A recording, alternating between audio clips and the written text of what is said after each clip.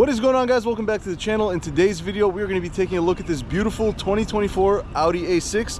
Huge shout out to my friends over at McGrath Audi in Morton Grove. I'll link them down below. Make sure you guys browse their inventory and call them with any questions. In today's video, we also have Ed live in the flesh. So we're going to start off with the exterior design of this car. Let's walk around it and see what we think. So what do you think about this front grille? What's going on here? Okay, so far so good. I like it. It has the additional package that blacks out all the chrome features on it, which looks good. It doesn't look bad. This is a nice plastic feature right here for a $70,000 car. So we were talking about that. This is plastic and it feels very plastic. It's not like a matte or gloss finish. It's like this. Pretty cheap. It just seems dull. That's the only thing. It just seems dull, but the front is nice. It looks great, yeah, I gotta say that for sure. I feel like Audi's going for this like new boxy feature, and then all their cars kind of look the same from their sedans. Other than that, it has nice premium LED lights that stay on while you're driving. It has the nice sensors in the front. Right there, yeah. So overall, the front I think looks really nice. It's got like 5 different compartments. It's got headlight, bottom area, the front grille, headlight, and then the bottom area right there. But all together, I think it looks really nice. I also like these lines on the hood right here. Gives it like a nice aggressive look. Yeah, it makes it aggressive looking. Let's go to the side of the car.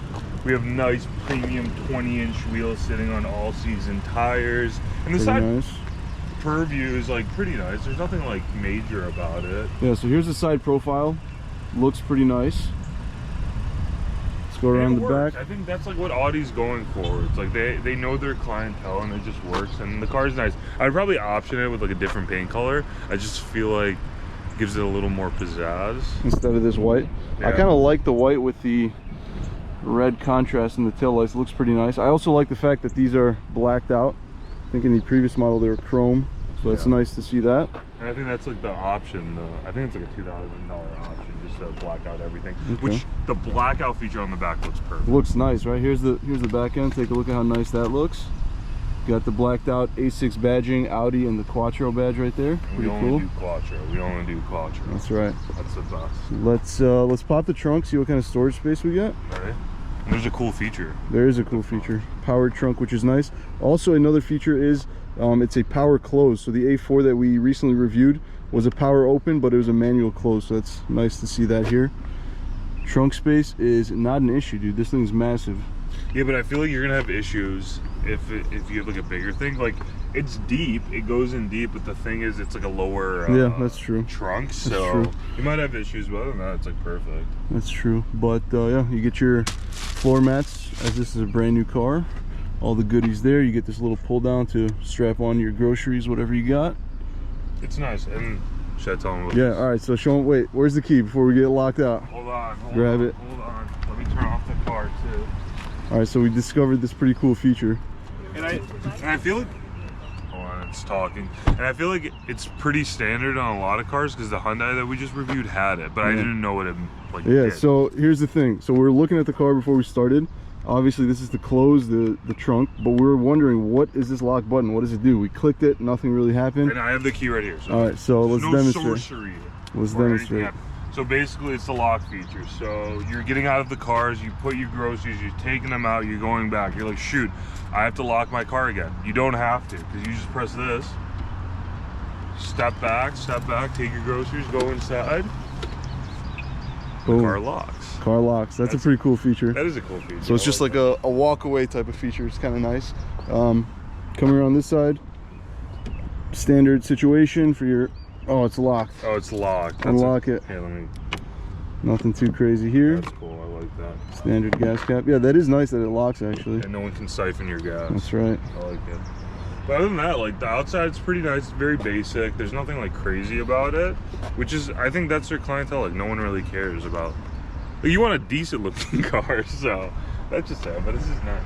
You also get these pretty nice side mirrors here. You get the lighting that goes through there. Pretty nice. All around a very nice looking car. A very nice sports sedan. Definitely a daily driver. Let me know what you guys think of this design in the comment section down below.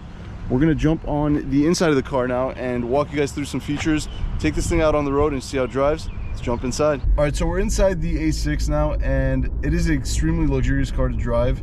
It is a $70,000 car, so it better be for that price. Yeah. There's a lot of nice features in this car.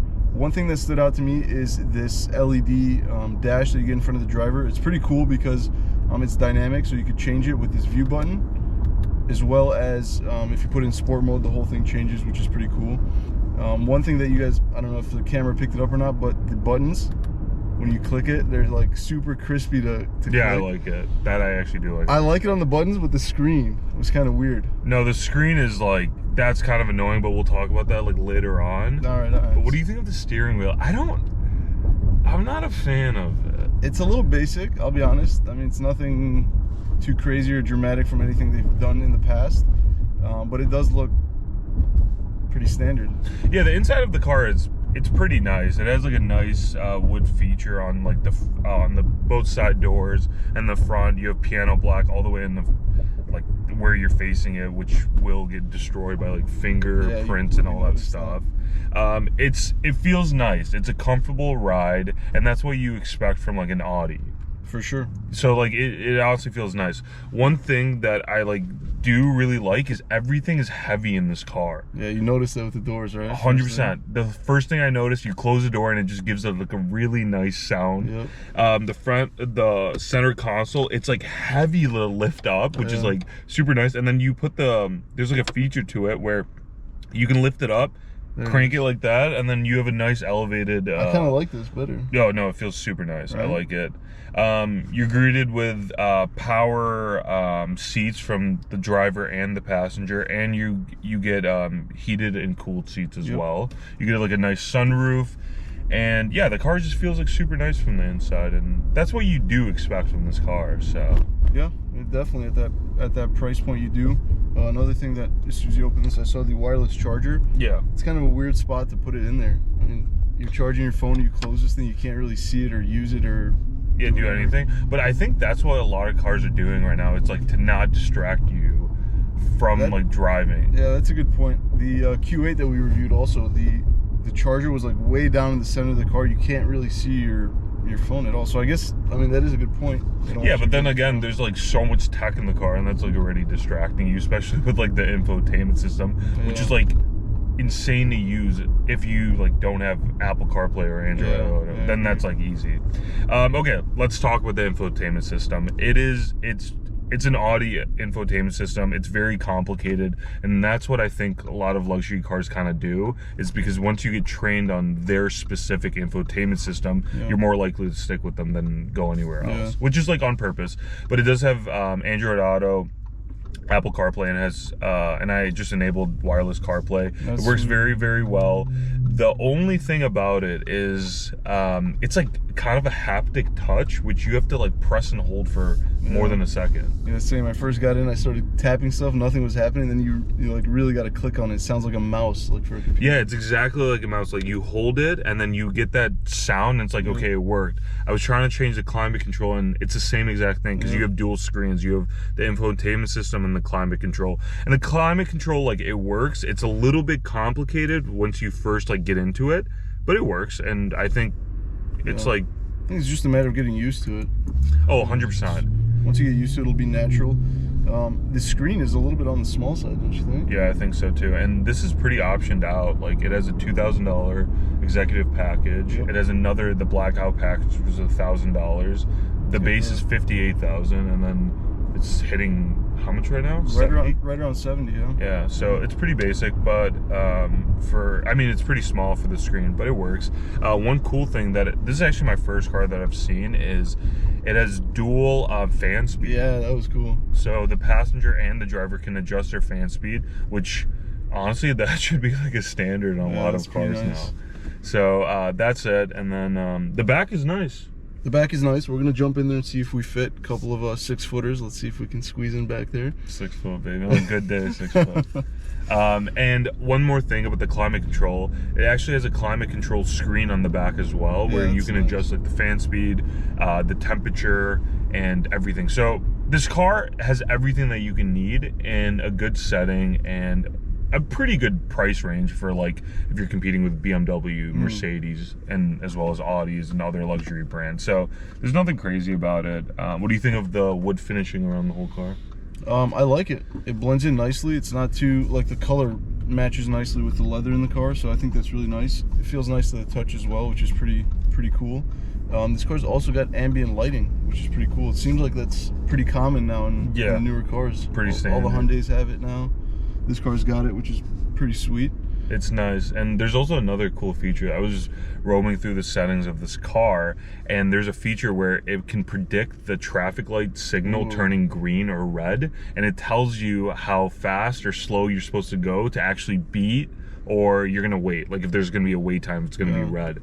That's a cool feature to put That's in. pretty cool, but they do that to tell you to drive faster to hit the light, but then they tell you to put your phone there. It's like, yeah, I know. That's what I'm saying. Like a lot of the features are so distracting, and then they're like, put the phone away. Or like, for example, like connecting a Bluetooth. You can't connect a Bluetooth while the car is driving. Like that just doesn't make sense to me. Yeah. Tesla lets you do it.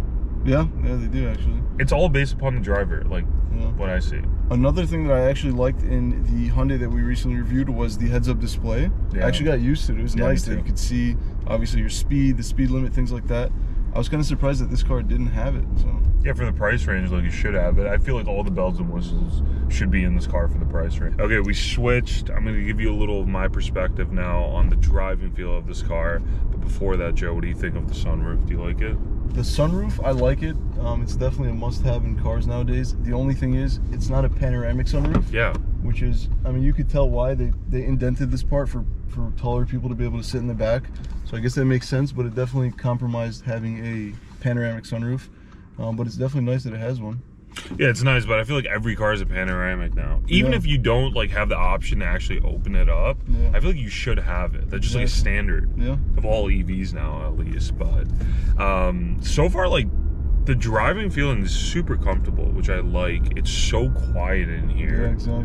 And it does have one of the options. The executive option has I think it's like a dual pane glass on the front and the back of the car. That makes a big difference, dude. Yeah, you can't hear a single thing. Like, coming from obviously the Model 3, which is like forget it. spec to like not impress anyone other than it's like infotainment system. You hear everything.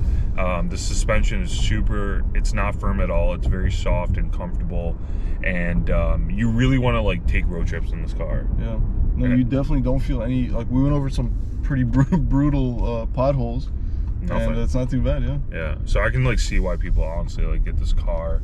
But yeah, so far so good. I like the driving feeling of this car, and it's a premium feature car, which is like super nice, and I like that. So yeah, overall, definitely a daily driver car.